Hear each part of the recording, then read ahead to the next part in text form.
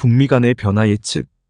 펜실베이니아주의 버틀러 농장 박람회장에서 유세 중 도널드 트럼프 전 미국 대통령이 피습당한 사건이 발생했다.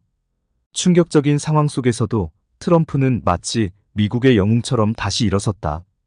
뉴욕타임즈는 그의 주먹을 불끈 쥔 모습을 드라큘라의 민중을 이끄는 자유의 여신에 비유했다.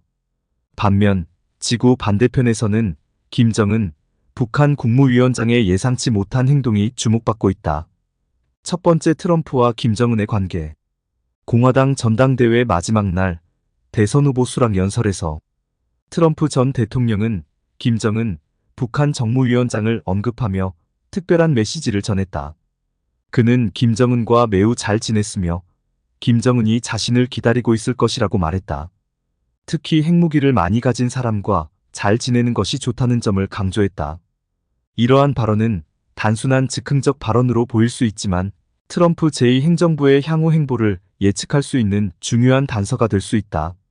두 번째, 김정은의 주한미군 필요성 언급.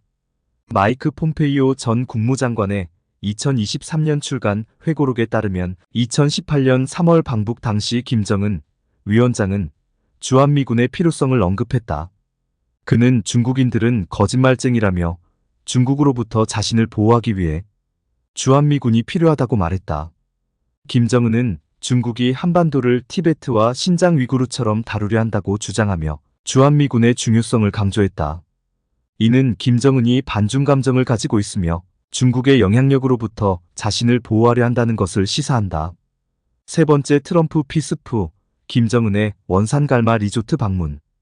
트럼프 피습 직후인 16일, 김정은 위원장은 북한 강원도 원산 갈마 리조트 단지를 방문했다.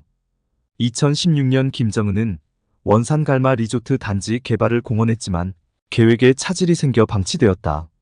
그러나 트럼프 피습 직후 김정은은 2025년 5월까지 완공할 것을 지시했다. 이는 트럼프 전 대통령을 의식한 행보일 가능성이 높다. 트럼프는 싱가포르 1차 정상회담 당시 북한의 해변 개발 가능성을 언급한 바 있어 원산 갈마 리조트 단지는 트럼프를 의식한 개발 프로젝트일 가능성이 크다. 네 번째, 황금평과 신도섬의 운명. 싱가포르 정상회담 이후 김정은 위원장은 황금평과 신도섬을 방문했다. 이 두 섬은 한반도 북한령 영토로 압록강 건너 중국 대륙 쪽에 위치해 있다. 2016년 대만 기업과의 과학기술단체 설립이 추진되었으나 장성택 처형 이후 진척이 없었다.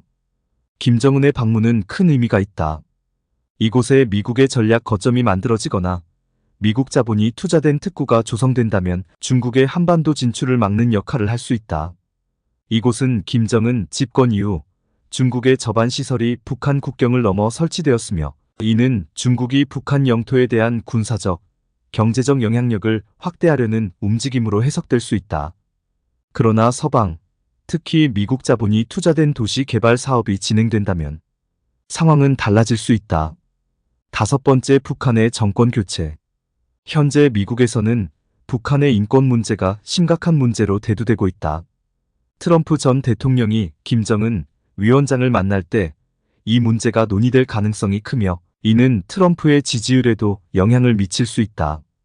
북미 관계 정상화를 위해 김정은이 권력에서 물러나야 한다는 목소리가 있다. 만약 미국과의 수교가 이루어진다면 김정은은 비난에 휩싸일 수 있다. 최근 북한에서 중학생들이 남한 드라마를 시청한 이유로 처형된 사건과 중국 내 비밀 지하 감옥 설치로 북한 동포들을 감금한 사건 등 인권 문제가 국제적으로 논란이 되고 있다. 미국에서는 이런 불법 정부와 대화하는 것이 어려우며 미 의회에서 청문회가 열릴 가능성도 있다.